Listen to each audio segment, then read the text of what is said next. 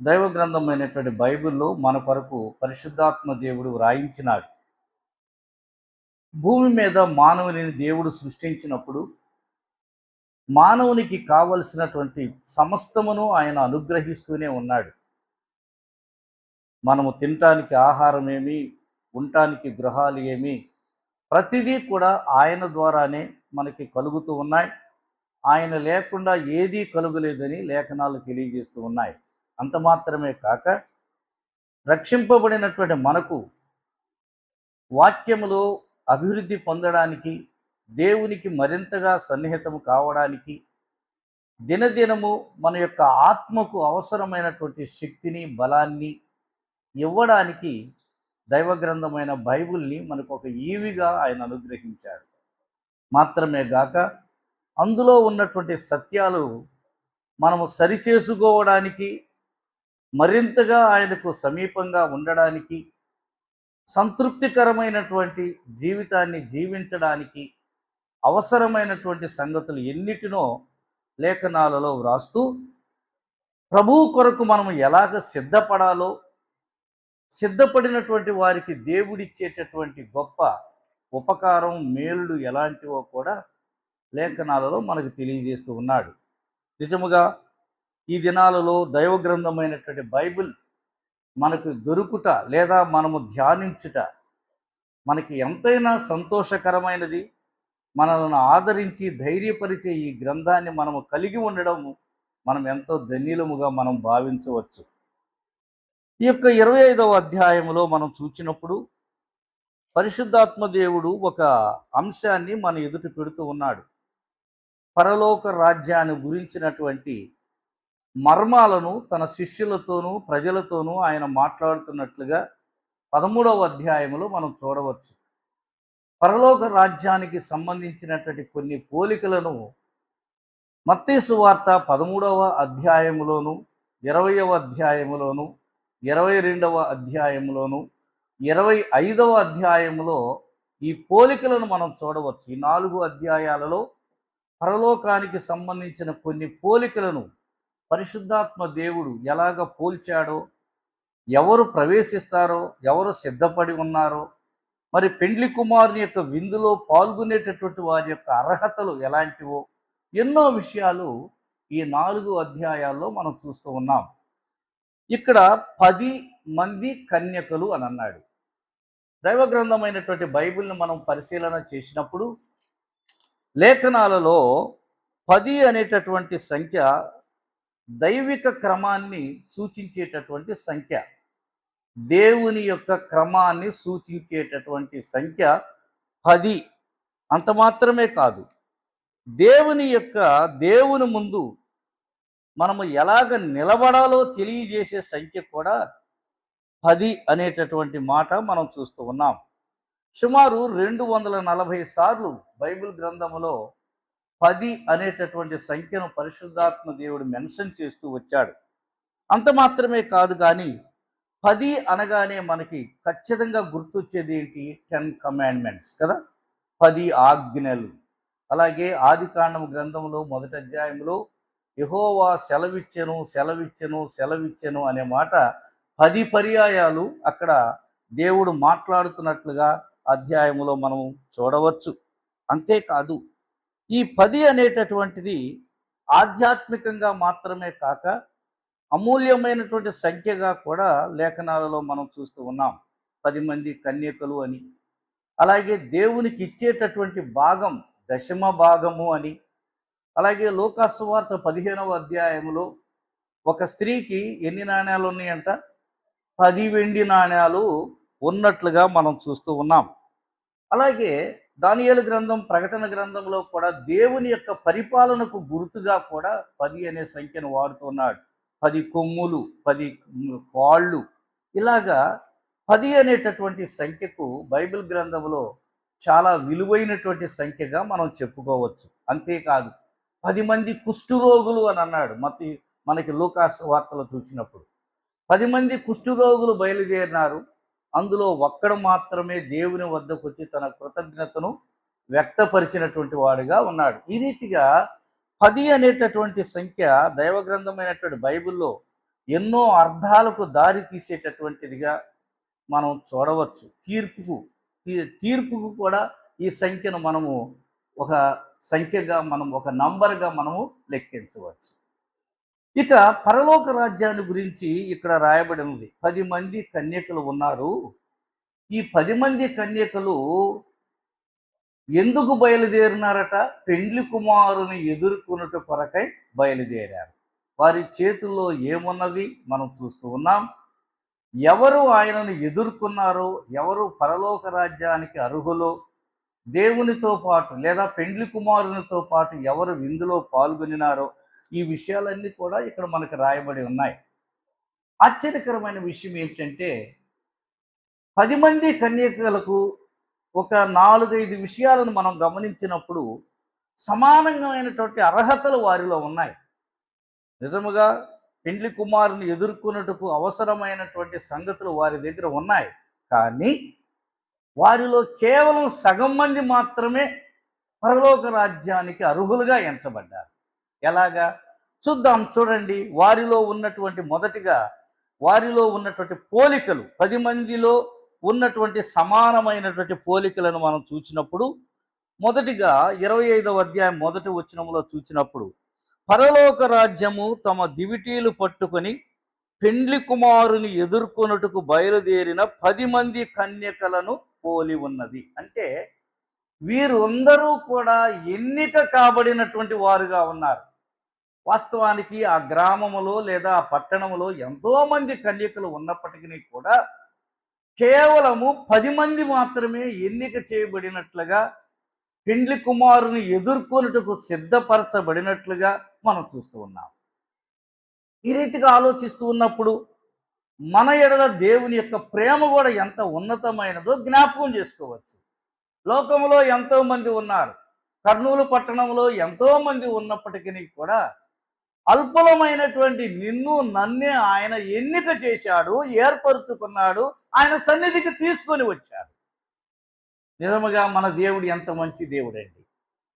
ఎంతమంది ఉన్నా మనలను మాత్రమే ఆయన సెలెక్ట్ చేసుకోవటంలో ఆయన యొక్క ప్రేమ, ఆయన యొక్క దయ, ఆయన యొక్క కనికరము ఎంత ఉన్నతమైనదో మనం జ్ఞాపకం చేసుకోవచ్చు. అలాగైతే 10 మంది కూడా ఎన్నిక చేయబడినటువంటి వారు. These are selected people. దేవుని చేత లేదా ఒక వ్యక్తి చేత ఎన్నిక చేయబడినటువంటి వారుగా ఉన్నారు. ఎందుకు ఎన్నిక చేయబడినారంటే పెండ్లి కుమారునితో కలిసి విందు ఆరగించడానికి సిద్ధపడినటువంటి వారు. అలాగైతే వీరిని రక్షింపబడినటువంటి వారుగా కూడా మనము చెప్పుకోవచ్చు. మనం ఎవరు అండి? మనము కూడా ఎన్నిక చేయబడిన వారమే. ఎందుకు ఎన్నిక చేయబడిన వారం? మన ప్రభువుతో కలిసి విందు ఆరగించడానికి, ఆయన వచ్చినప్పుడు ఆయనను ఎదుర్కోవడానికి, మహిమా దేహాలతో కొనిపోబడటానికి వీఆర్ సెలెక్టెడ్ పీపుల్. రెండవదిగా వీరిలో ఉన్నటువంటి ఒక 10 మందిలో ఉన్నటువంటి మరొక లక్షణం ఏమిటంటే 3వ వచనం చూడండి. 3వ వచనం, 25వ అధ్యాయం 3వ వచనం.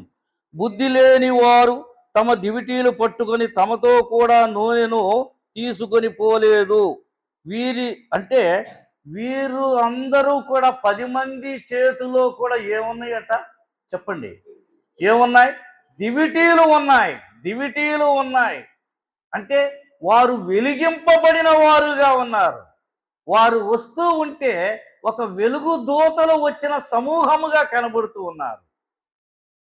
మన విషయంలో కూడా మన ప్రభువు చేసింది అదే. మనల్ని ఎన్నుకొనుట మాత్రమే కాదు, చీకటిలో ఉన్నటువంటి మనలను ఆయన వెలుగులోనికి నడిపించినాడు. ఎఫెసీ పత్రిక 1వ అధ్యాయంలో ఏమన్నది? మీరు పూర్వము చీకటి అయ్యుంటిరి అని అన్నాడు. పేతురు రాసిన 1వ పత్రిక 2వ అధ్యాయంలో ఏమన్నాడు?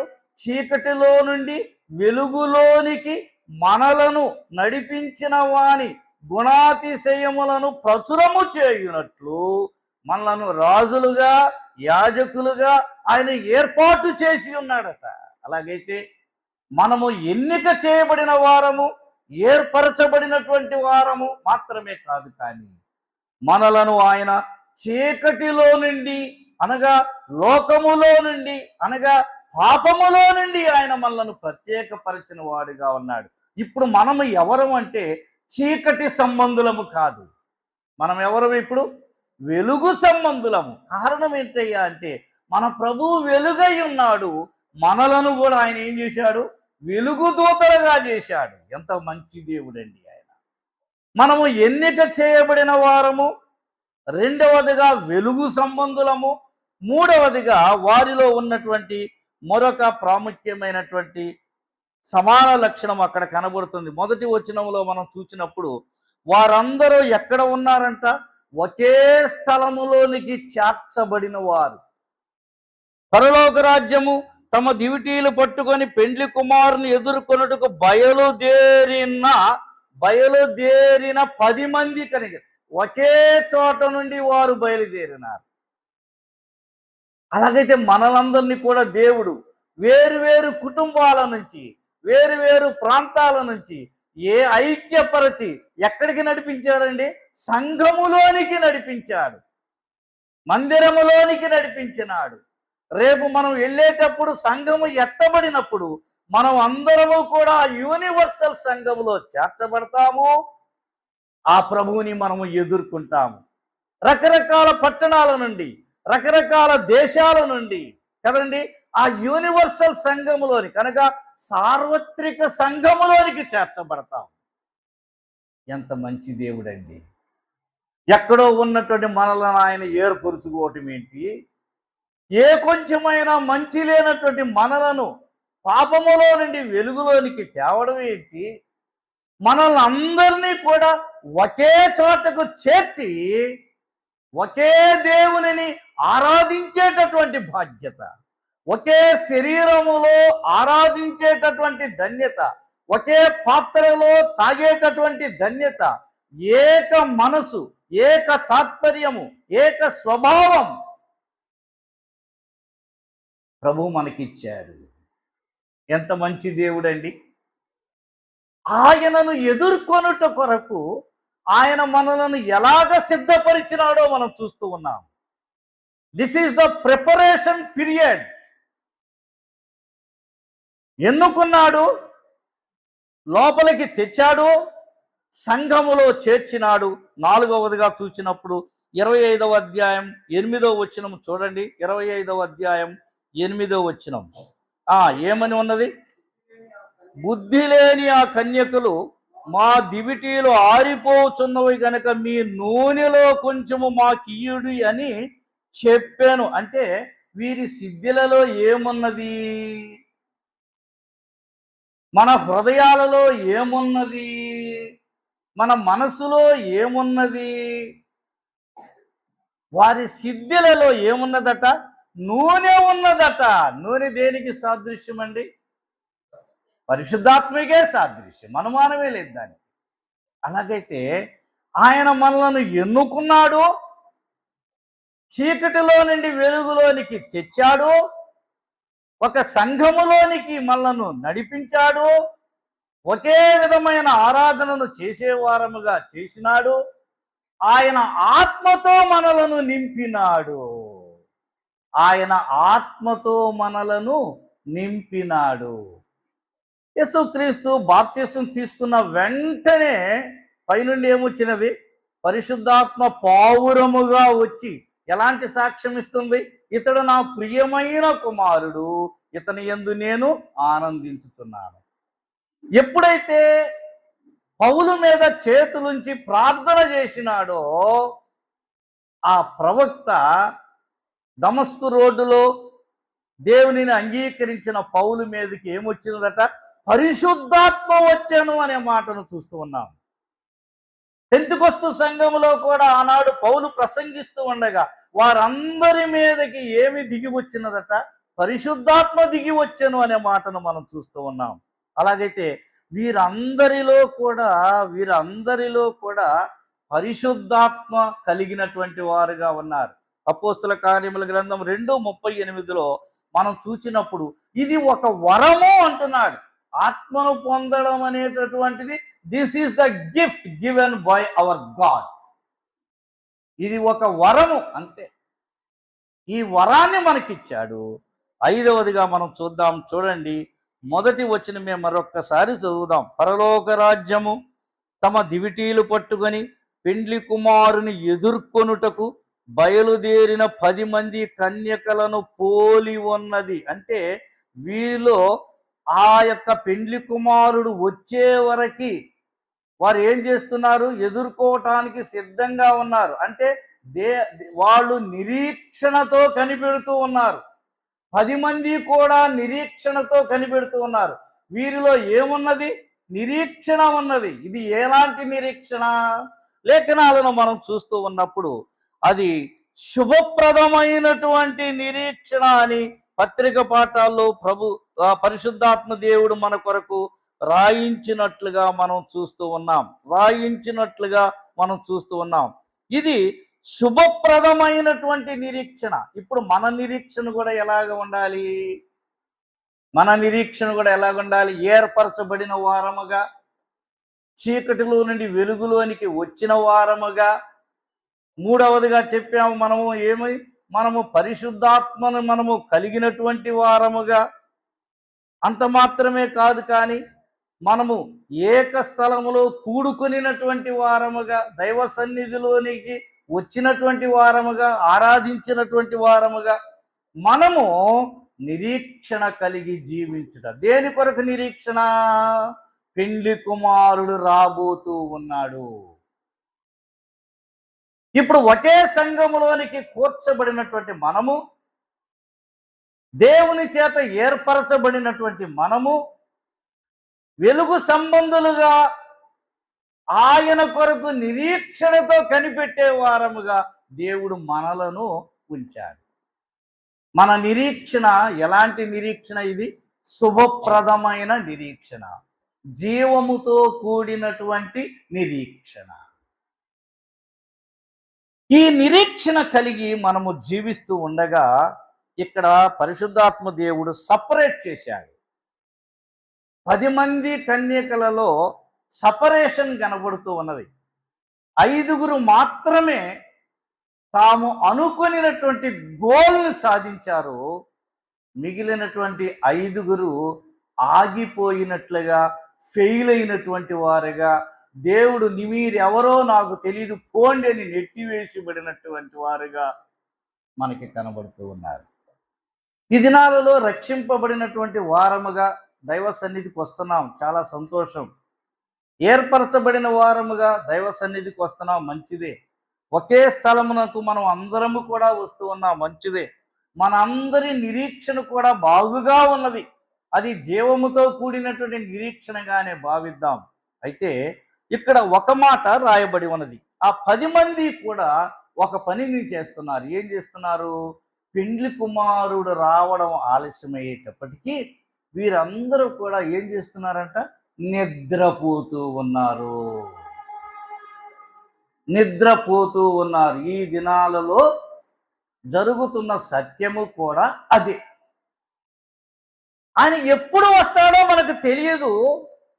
ఎప్పటికప్పుడు మీరు మెలకువగా ఉండండి, శోధనలో ప్రవేశించకుండానట్లు మెలకువగా ఉండండి, ప్రార్థన చేయండి, దేవుని కొరకు కనిపెట్టండి.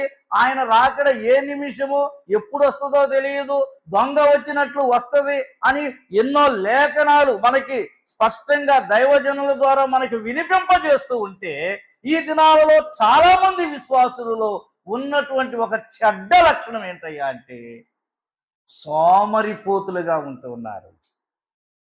ఆత్మ సంబంధమైనటువంటి నిద్రను వారు పోవడానికి, ఆత్మ సంబంధమైన మెలకువను వారు కలిగి ఉండడానికి ఇష్టపడటం లేదు. ఇంకా నిద్రపోతూ ఉన్నారు. నిద్రపోతున్నటువంటి వాళ్ళకి ఒక పేరు పెట్టాడు యోనా గ్రంథంలో. ఏం పేరు పెట్టాడు? పోయి ఎవరు ఆయన? ఎవరు అసలు ఆ నిద్రపోత ఆయన? ఎవరు? రక్షింపబడిన వాడేనా? రక్షింపబడిన వాడే. దేవుడు ఎవరో తెలుసా? తెలుసు. హెబ్రీయుడేనా? హెబ్రీయుడే. దాటబడినటువంటి వాడు. హెబ్రీయుడు అంటే దాటబడిన వాడు. మరి హెబ్రీయుడే. మరి దేవుని మాటలో చెప్పమన్నట్లుగా చెప్పేటటువంటి ప్రవక్తే. మరి ఇలాంటి వాడిని చూసి వాళ్ళు ఏమంటున్నారు? పోయి నిద్రపోతా నీకేమొచ్చింది? What a question it is. ఈ రాత్రి వేళ రక్షింపబడినటువంటి మనము మెలకువ కలిగిన జీవితాన్ని జీవిస్తూ ఉన్నామా, లేక నిద్రపోయేటటువంటి సోమరిపోతులుగా ఉంటున్నామా? సంఘము అభివృద్ధి పొందాలి అంటే మెలకువ ఉండాలి. సంఘములోనికి క్రొత్త ఆత్మలు రావాలి అంటే మనము మెలకువ కలిగి ఉండాలి. దుష్టుడు ఏం చేస్తూ ఉన్నాడు? వాడు నిద్రపోవటం లేదండి.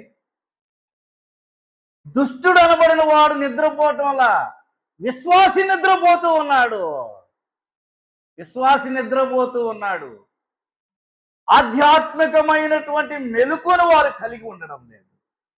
సోమరిపోతులుగా ఉంటున్నారు. విచారకరమైనటువంటి విషయం. సామెతల గ్రంథంలో ఒక మాట ఉంది, సోమరి ఎందాక నీవు నిద్రపోతావు, చీమల వద్దకు పోవయ్యా బాబు, అవి నీకు బుద్ధి చెబుతాయని అన్నాడు. అలాగైతే ఆయన బిడ్డలముగా మనము, ఆయన రాకడ మనకు సమీపముగా ఉండగా, ఆయన ఎప్పుడు వస్తాడో మనకు తెలియదు కనుక ప్రతి ఒక్కరము కూడా మనము చేయవలసిన పని ఏమిటయ్యా అంటే మెలకువ కలిగిన జీవితాన్ని జీవించాలి. మెలకువ మెలకువ మెలకువ. వాడు దుష్టుడు తన సమయము కొంచెమే ఉన్నది అనుకుని వాడు ఏం చేస్తున్నాడు? ఎవరిని మృంగుదునానని గర్జించు సింహము వలె తిరుగుతూ ఉన్నాడు. వాడికి అన్యజనుల అవసరంలా, విగ్రహారాధికుల అవసరంలా, ఆస్తిపరుల అవసరంలా, వాడికి అవసరమయ్యేది ఎవరయ్యా అంటే విశ్వాసులే. కొరింథీ పత్రికలో మొదటి పత్రిక 10వ అధ్యాయంలో ఒక మాట ఉన్నది, మీ అందరికీ తెలుసు కదా. తాను నిలుచుచున్నవాడు పడిపోకుండునట్లుగా జాగ్రత్త పడటం అంటే మెలకువగా ఉండండి అని అర్థం. మీరు నిద్రపోవద్దు, మెలకువగా ఉండండి. పడేసేవాడు ఒకడు ఉన్నాడు. చిన్న చిన్న విషయాలకే పడేస్తాడు. చిన్న చిన్న కలహాలకే పెద్దవిగా చేస్తాడు. దేవుని వద్దకు రాకుండా ఆపేస్తాడు. ప్రతి క్షణం వాడి ఉద్దేశం ఏమిటయ్యా అంటే విశ్వాసిని ఎలా పడగొట్టాలి అంతే.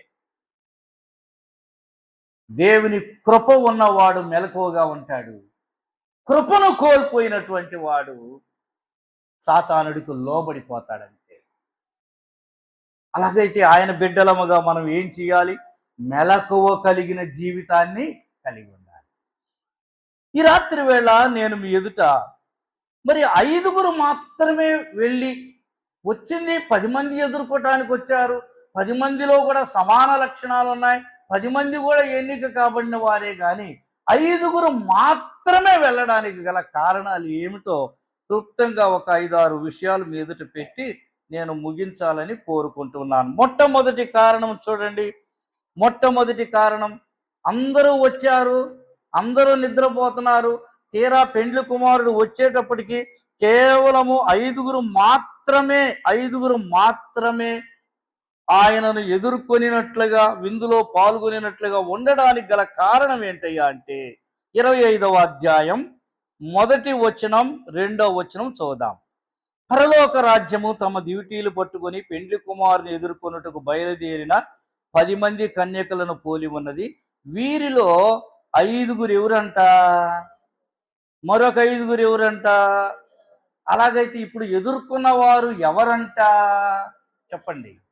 వారు బుద్ధి గలవారు, ఏర్పరచబడిన వారే గాని, వెలుగు సంబంధులే గాని, దేవుని ఆత్మను కలిగి ఉన్నవారే గాని, దైవ సన్నిధికి వచ్చేవారే కానీ, వీరికి కూడా నిరీక్షణ ఉన్నది కానీ వీరిలో ఏమీ లేదంట.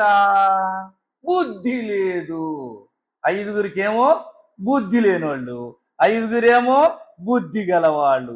బుద్ధి గలవాళ్ళేమో ఆయనను ఎదుర్కొన్నారు, బుద్ధి లేని వాళ్ళు ఏమైపోయారు? ఆగిపోయారు. లేఖనాలను మనం చూస్తూ ఉంటే ఒక ఆయనను గురించి దేవుడు భలే సాక్ష్యం ఇచ్చాడు. మనందరికి బాగా తెలుసు దావీదుని గురించి. ఏమన్నాడు? అతడు సుబుద్ధి కలిగి ప్రవర్తించెను అన్నాడు. ఏ బుద్ధి అంటే అతనిది?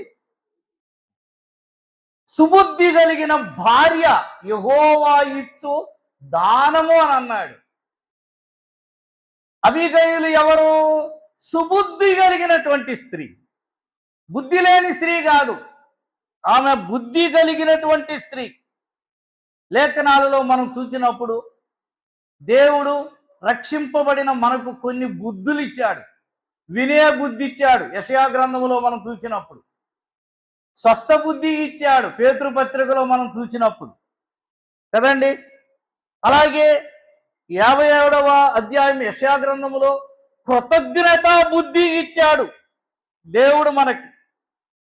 మనం ఏ బుద్ధిని కలిగి ఉండాలి? ఏ బుద్ధి కలిగినటువంటి వాడు దేవుణ్ణి ఎదుర్కొంటాడు? కృతజ్ఞతా బుద్ధి, స్వస్థ బుద్ధి, వినే బుద్ధి కదండి. మంచి బుద్ధి, మంచి బుద్ధి కలిగినటువంటి వాడు. సుబుద్ధి అంటే మంచి బుద్ధి కలిగిన వాడు. బుద్ధి లేని వాళ్ళకి ఏమున్నాయి?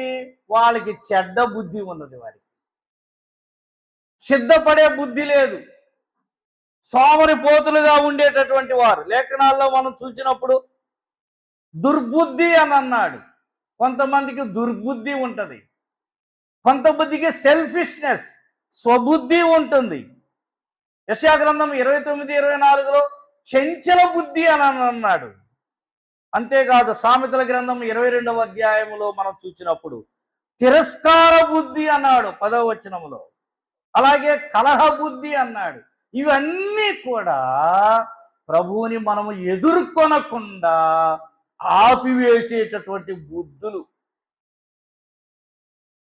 ఈ రాత్రి వేళ వాక్య ధ్యాన కూడికలో ఉన్నటువంటి నీవు నేను ఏ బుద్ధిని కలిగి మనము ఈ లోకములో జీవిస్తూ ఉన్నాం? కొంతమందికి గివింగ్ నేచర్, ఇచ్చే బుద్ధి ఉన్నది. కొంతమందికి ప్రకటించే బుద్ధి ఉన్నది. కొంతమందికి సహకరించే బుద్ధి ఉన్నది. కొంతమందికి ప్రోత్సహించే బుద్ధి ఉన్నది.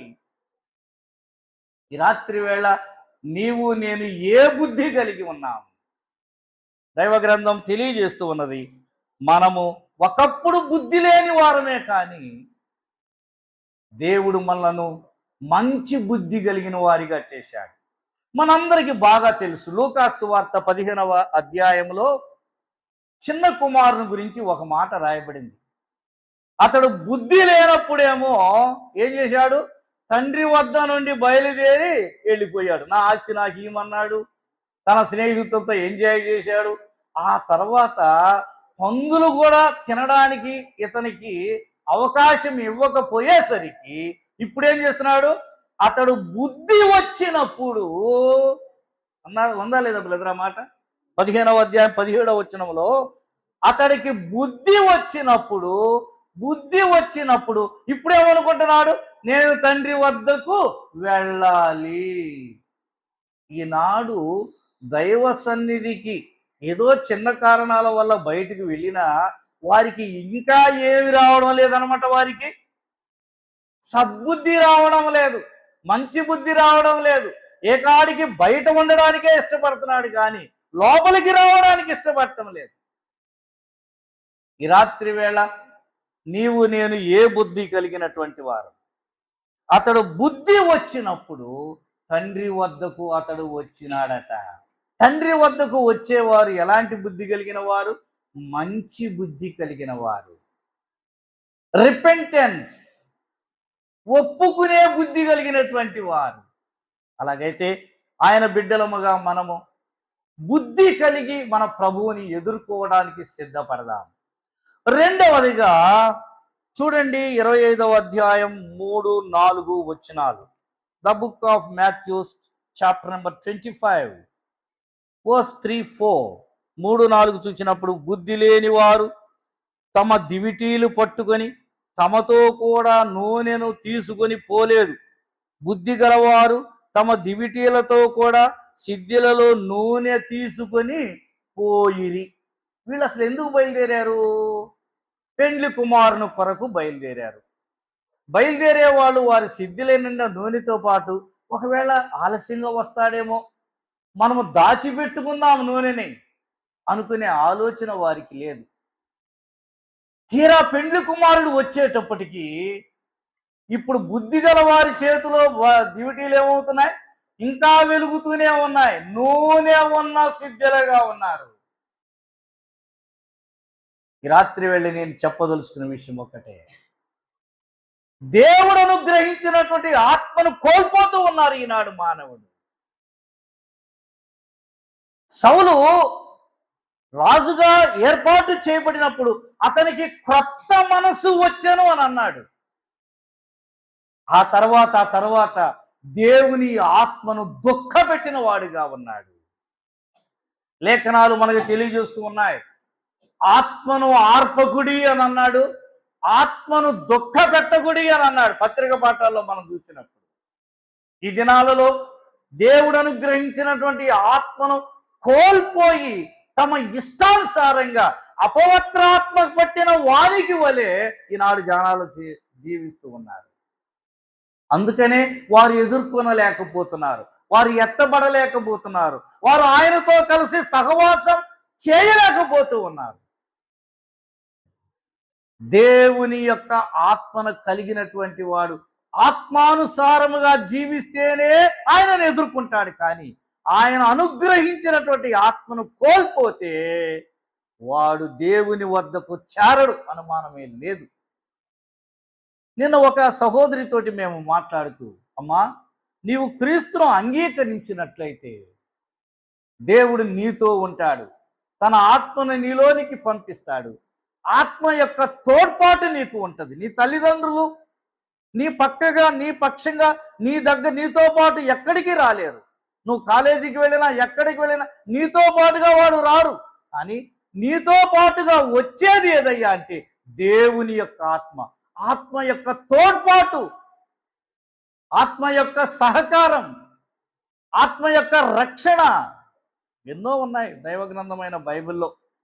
అలాగైతే దైవగ్రంథంలో మనం చూస్తూ ఉన్నాం దేవుని యొక్క ఆత్మ. మత్తయి సువార్త 12వ అధ్యాయం ఒకసారి తిప్పండి.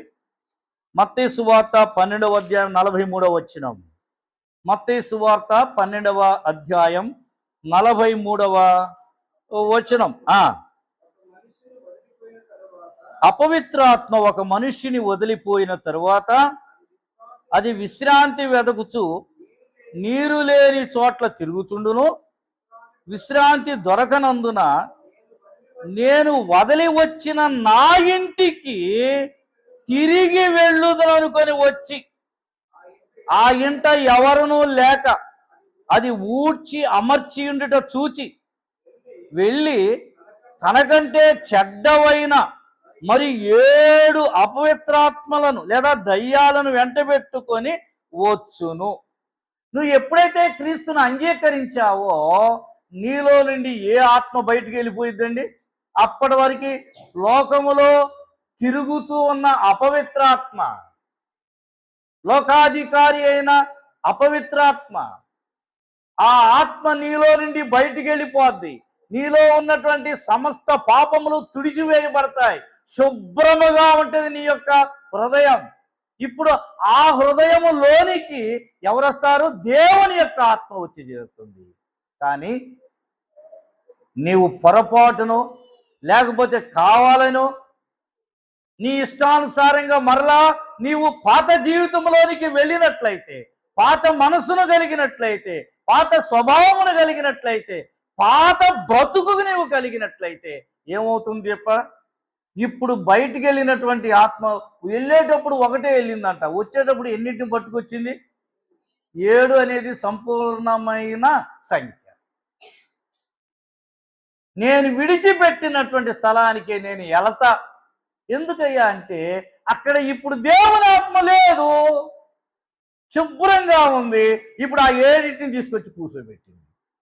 అలాగైతే ఆత్మను కోల్పోయిన వారముగా ఉండకూడదు. ఈ బుద్ధి గల వారిలో నూనె కంటిన్యూస్గా ఉన్నది, అవసరమైన దానికంటే ఎక్కువగా ఉంది. వారి యొక్క సిద్ధపాటు ఎంత గొప్పదో చూడండి. అలాగైతే వీరు నూనె కలిగి ఉన్నారు, బుద్ధి లేని వారు ఏమైపోయింది? ఆయన వచ్చేటప్పటికి వారి నూనె కాస్త అయిపోయింది. ఇక మరలా నూనె పోయడానికి వారి దగ్గర నూనె లేదు, నూనె లేదు. మూడవదిగా వారిలో ఉన్న ఒక మంచి లక్షణం ఏంటంటే 7వ వచనం, 25వ అధ్యాయం 7వ వచనం, 25వ అధ్యాయం 7వ వచనం. లేచి ఇప్పుడు ఈ ఈ ఐదుగురిలో ఉన్న మరొక మంచి లక్షణం ఏంటయ్యా అంటే వారు చక్కబరుచుకొనినటువంటి వారు. 25వ అధ్యాయం 7వ వచనములో మనం చూస్తున్నప్పుడు ఆ కన్యకలందరూ లేచి తమ దివిటీలను చక్కబరిచిరి. కానీ బుద్ధి లేని కన్యకలు ఏం చేశారు? చక్కబరుచుకోవాలనుకున్నారులే కానీ నూనె వారి వద్ద లేదు. అలాగైతే చక్కబరుచుకోవాలనే ఆశ ఉన్నది కానీ చక్కబరుచుకోలేకపోయారు. ఒకడు చక్కబరుచుకోవాలనుకున్నాడు. ఎప్పుడు అనుకున్నాడు? పాతాళంలో పడ్డా తర్వాత అనుకున్నాడు. ఏమని? తండ్రివైన అబ్రహామా, నేను పడితే పడ్డాను, ఇంకా నాకు సహోదరులు ఒక 5గురు ఉన్నారు, ఆ లాజర్ని వాళ్ళ దగ్గరికి పంపించి కనీసం వాళ్ళనన్నా చక్కబరచయ్యా అన్నాడు.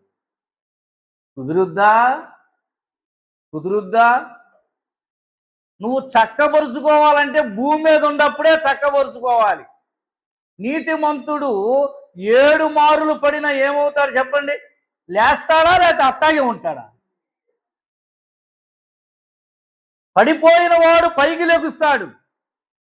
లెగవని వాడు ఎవడయ్యా అంటే పనికి మాలిన వాడు, బుద్ధిహీనుడు, బుద్ధి లేని వాడు, లోకం పట్ల ఆసక్తి కలిగిన వాడు, భూమి మీదే ఉండడానికి ఇష్టపడేవాడు, దేవుని ఆత్మ లేనటువంటి వాడు.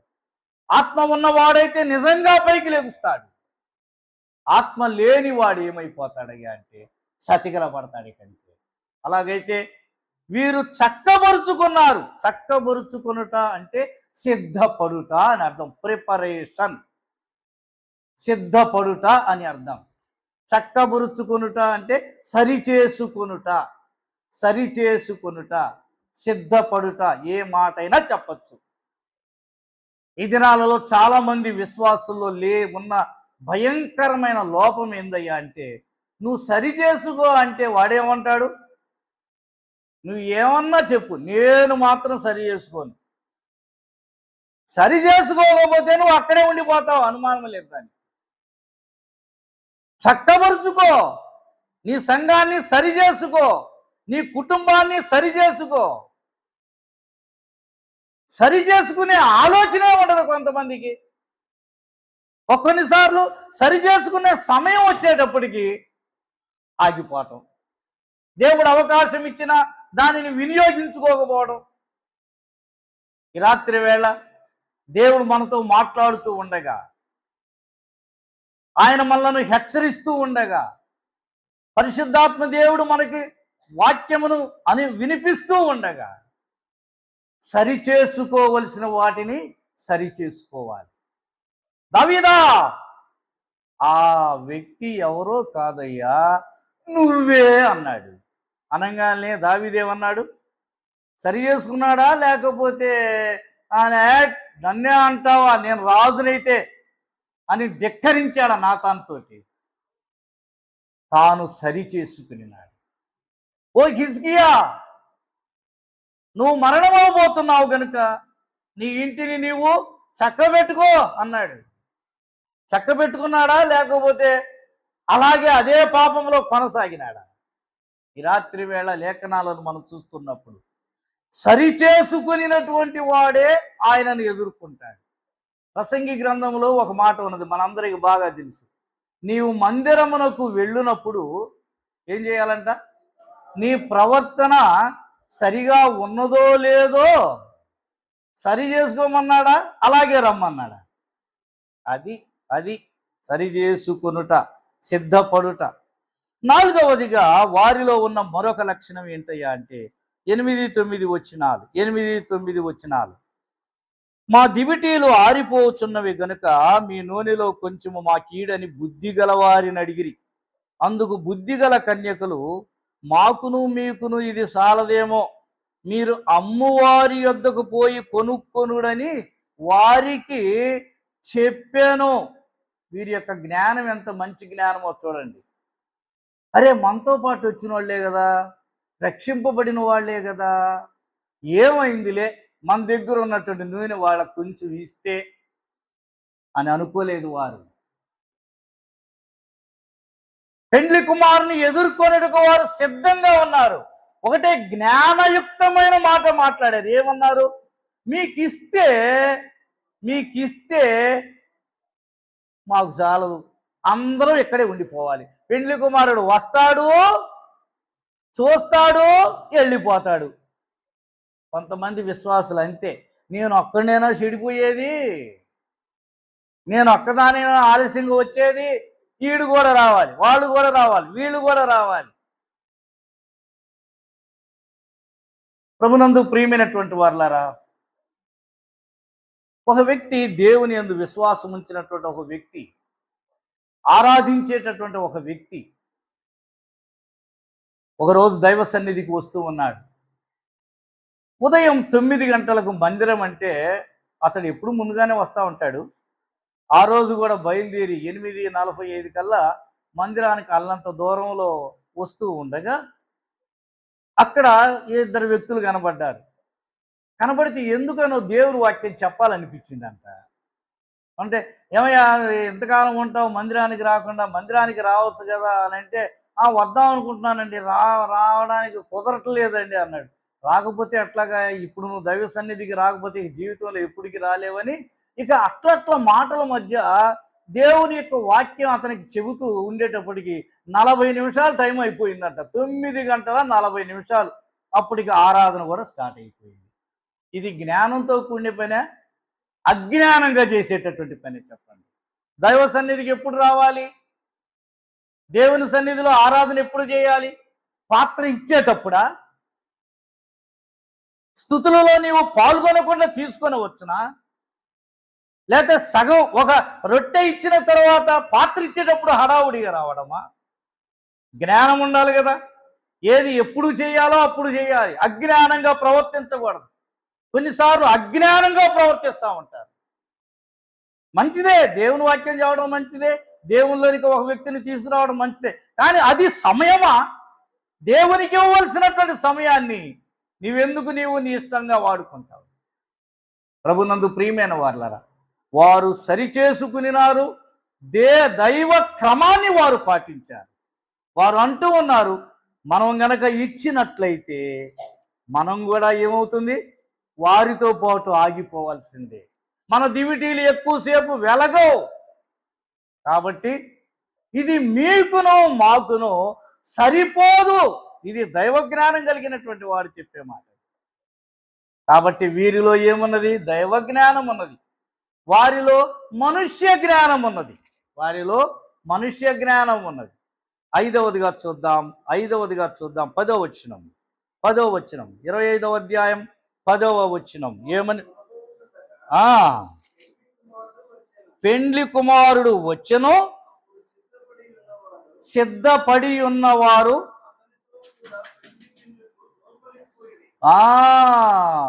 ఇప్పుడు వీరు సిద్ధపడినటువంటి వారుగా ఉన్నారు. వారు ఆరెవరు? మిగిలిన 5 ఎవరు?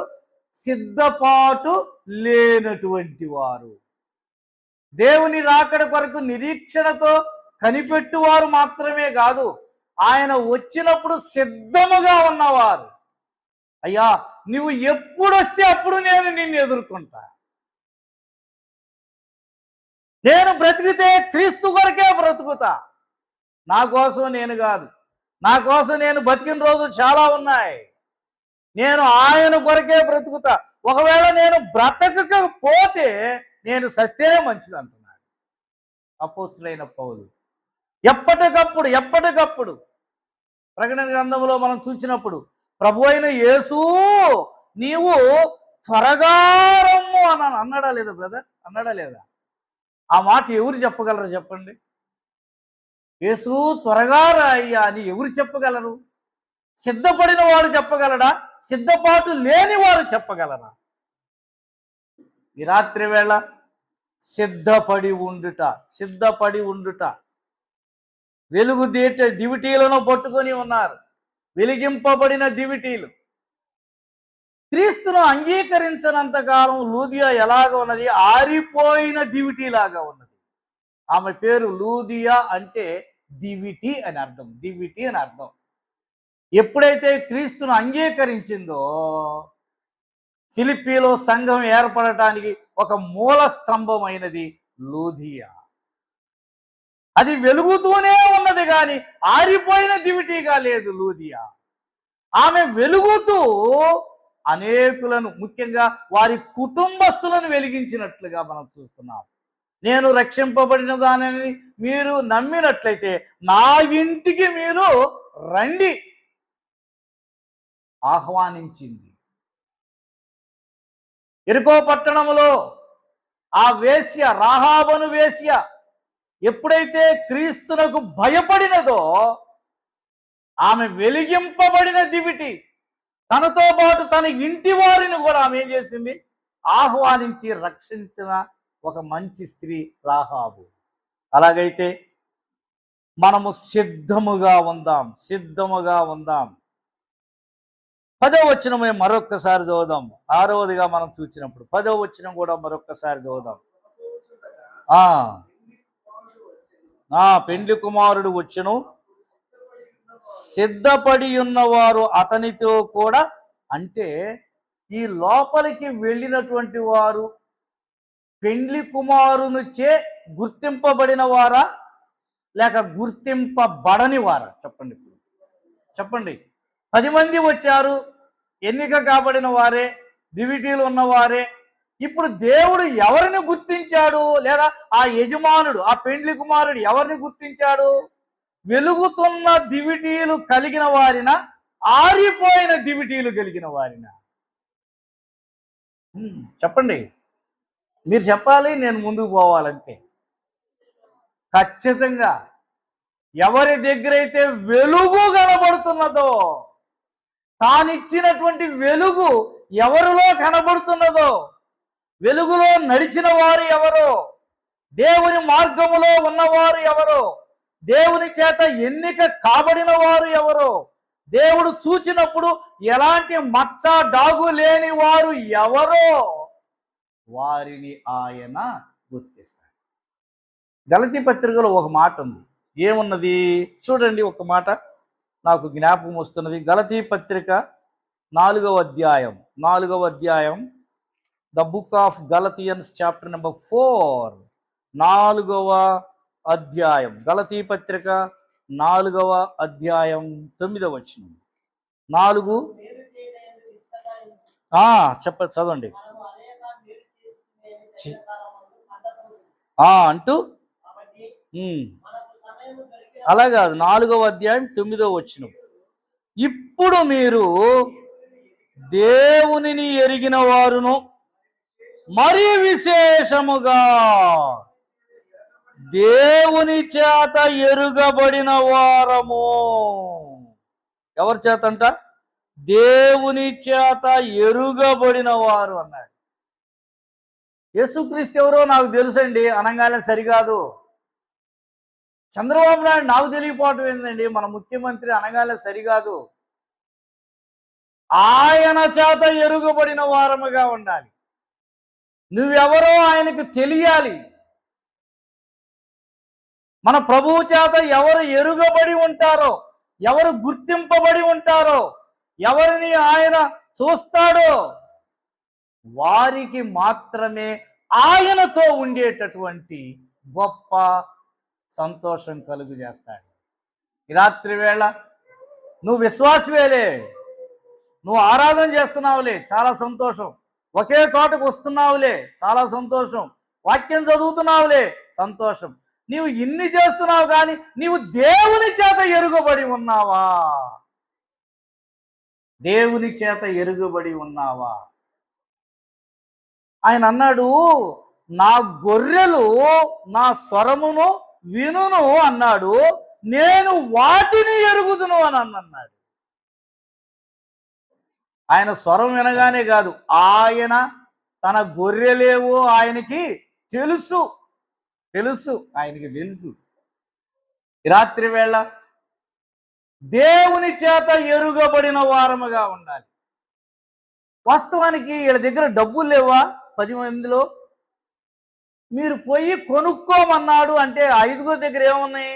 చెప్పండి, బుద్ధి లేని వాళ్ళ దగ్గర ఏమున్నాయి? డబ్బులు ఉన్నాయా లేదా? మీరు పోయి అప్పుడేమంటారు? ఉన్నదా లేదా బ్రదర్? అక్కడ చదవండి, చదవండి 25వ అధ్యాయంలో. ఏంటి, ఏమి తెలియనట్టుగా కూర్చుంటారు. 25వ అధ్యాయం, మత్తయి సువార్త 25వ అధ్యాయంలో మనం చూసినప్పుడు వారు కొనబోవుచుండగా అనే మాట ఉంటుంది చూడండి. ఎక్కడది? 10వ వచనం. వారు కొనబోవుచుండగా అంటే వారి దగ్గర ఏమున్నాయి? డబ్బులు ఉన్నాయి, కానీ ఏమి లేదు, నూనె లేదు. డబ్బులు లేవు అనటానికి డబ్బులు ఉన్నాయి, కానీ వారి దగ్గర ఏమి లేదు, నూనె లేదు. వారి దగ్గర ఏమి లేదు, సిద్ధపాటు లేదు. వారి దగ్గర ఏమి లేదు, వెలుగుతున్న డ్యూటీలు లేవు. అందరూ లేచారు పైకి, కానీ ఎంటర్ అయింది మాత్రం 5గురే. గుర్తింపబడిన వారు మాత్రం 5గురే. ఆయన అంటాడు, మీరెవరో నాకు, I don't know who are you. ఆయన గుర్తిస్తాడండి, గుర్తిస్తాడు. పెండ్లి యజమానుడికి అందరూ వచ్చారు, అందరిలో ఒకరిని గుర్తించాడు. ఏమయ్యా, అందరూ మంచి మంచి బట్టలు వేసుకున్నారు, ఏమయ్యా నువ్వు శరీర బట్టలు లేకుండా వచ్చావేంటి? నీ బట్టలు?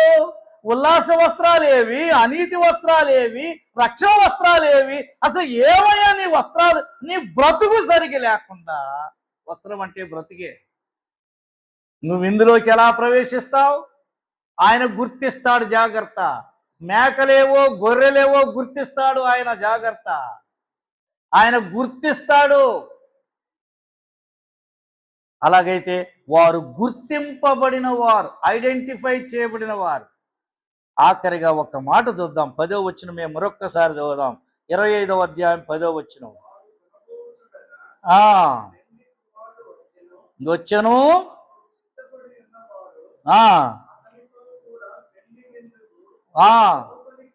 లోపలికి పోయిరి. ఇక ఆ తర్వాత ఏం గడియ పెట్టబడెను. ఇక లోపలికి రావటానికి కూడా వీలు లేదు. అంటే పెండ్లి కుమారుడు గుర్తించే వరకు కూడా వారి కాగడాలు ఏమవుతున్నాయి చెప్పండి? ఆరిపోకుండా వెలుగుతూనే ఉన్నాయి. కాగడ అనేటటువంటిది సాక్ష్య జీవితానికి సాదృశ్యంగా ఉన్నటువంటిది. కాగడ అనేటటువంటిది మీరు ఎక్కడ చూసినా కానీ బైబిల్లో అది సాక్ష్య జీవితానికే సాదృశ్యంగా ఉన్నటువంటిది. అలాగైతే వారు ఎన్నిక చేయబడటం మాత్రమే కాదు, పెండ్లి కుమారుడు తనతో వారిని తీసుకొని వెళ్ళటం మాత్రమే కాదు, పెండ్లి కుమారుని విందులో పాల్గొనటం మాత్రమే కాదు, పెండ్లి కుమారుడు వారిని స్వీకరించడానికి మరొక కారణం ఏమిటయ్యా అంటే సాక్ష్య జీవితము కూడా సరిగా ఉండాలి. సాక్ష్యము లేని విశ్వాస జీవితము దేవునికి అయిష్టమైన జీవితం అంతే. లేఖనాలలో మనం చూస్తున్నప్పుడు హనోకును గురించి ఒక మాట రాయబడింది.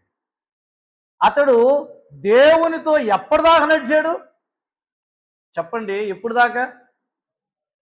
చివరి దాకా నడిచాడా, లేకపోతే మధ్యలో ఆగిపోయాడా? చివరి దాకా. దైవజనులు ఎస్ఆనందం గారు చెబుతూ, హనోకు మరణము చూడక కునిపోబడెను అన్నారు కదా. వాళ్ళిద్దరూ మాట్లాడుకుంటూ పరలోకం దాకా వెళ్ళారంట. వెళ్ళిన తర్వాత సరే ఇక మాటలు కట్టిపెట్టి, సరే దేవా నేను వెళ్ళొస్తాననుకో. హనోకు అనగా, 7 దాకా వచ్చావు, నువ్వు ఇంకెనక్కేం వెళ్తావు, రా లోపలికి అన్నాడంట. ఆయన చెప్పింది గమ్మత్తు చెబుతా ఉంటాడు. హనోకు దేవునితో నడుచుతూ తన కుటుంబాన్ని కూడా నిర్లక్ష్యము చేయలేదు. ఈ రాత్రి వేళ సాక్ష్య జీవితం మనది ఎలాగుంటున్నది? దైవ గ్రంథాన్ని మనం చూచినప్పుడు సాక్ష్యము లేకుండా దేవునిని చూడటం అనేది అసాధ్యం. పౌలు శిష్యుడైనటువంటి తిమోతిని గురించి ఒక సాక్ష్యం అక్కడ కనబడుతుంది. ఇతడు ఈకొనియలోను లుస్త్రలోను ఉన్న వారందరి చేత మంచి పేరు పొందినవాడు. జకర్యా ఎలిజబెత్తులను గురించి పరిశుద్ధాత్మ దేవుడు సాక్ష్యం ఇచ్చాడు. వారు వృద్ధాప్యమునకు వచ్చు వరకు కూడా వారు ఎలాగున్నారు? యెహోవా యందలి భయభక్తులను వారు కలిగినటువంటి వారు. యోబు సాక్ష్యం పొందాడు, దావీదు సాక్ష్యం పొందాడు, అబ్రహాం సాక్ష్యం పొందాడు, ఇస్సాకు సాక్ష్యం పొందాడు, యోసేపు సాక్ష్యం పొందాడు. వీరందరూ కూడా సాక్ష్య వీరులు. ఈ రాత్రి వేళ నీ సాక్ష్యం నా సాక్ష్యం ఎలాగున్నది? మన సాక్ష్య జీవితాలు ఎలాగున్నాయి? మన సాక్ష్య జీవితం ద్వారా మన సంఘాలకి మంచి పేరు వస్తుందా, చెడ్డ పేరు వస్తుందా? మన సాక్ష్య జీవితాల ద్వారా మన ప్రభువుకి మహిమ వస్తుందా, అవమానం వస్తుందా? ప్రభు అయిన యేసుక్రీస్తుని గురించి సాక్ష్యం, ఇతడు నా ప్రియమైన కుమారుడు, ఇతని యందు నేను ఆనందించుచున్నాను. ఎంత మంచి సాక్ష్యం అండి! నిన్ను గురించి నన్ను గురించి అలాంటి సాక్ష్యం ఉంటే ఖచ్చితంగా ఆయనతో ఉంటాం, అనుమానమే లేదు దానికి. ఈ రాత్రి వేళ బుద్ధి కలిగిన వారు, బుద్ధి లేని వారు, మొత్తం కన్యకలే, ఎన్నుకోబడిన వారే, ఏర్పరచబడిన వారే, ఆ గ్రామంలో సెలెక్ట్ చేయబడిన పీపులే వారు. అందరూ మంచిగా కన్యకలుగా ఉన్నారు, సిద్ధపడిన వారు ఉన్నారు, రక్షింపబడిన వారు. ఒకే గ్రామంలో ఒకే చోట ఉన్నారు, ఎదుర్కోవడానికి ఒకే చోటుకు వెళ్ళారు, కానీ సపరేట్ అయిపోయారు. 5గురేమో పరలోక రాజ్యంలోనికి ఎంటర్ అయ్యారు, 5గురేమో విడిచిపెట్టబడ్డారు. ఈ రాత్రి వేళ ఒక రక్షింపబడిన విశ్వాసిగా నీవు నేను పరిశీలన చేసుకున్నాం. నేను బుద్ధి గలదాననా, బుద్ధి లేని వాడినా?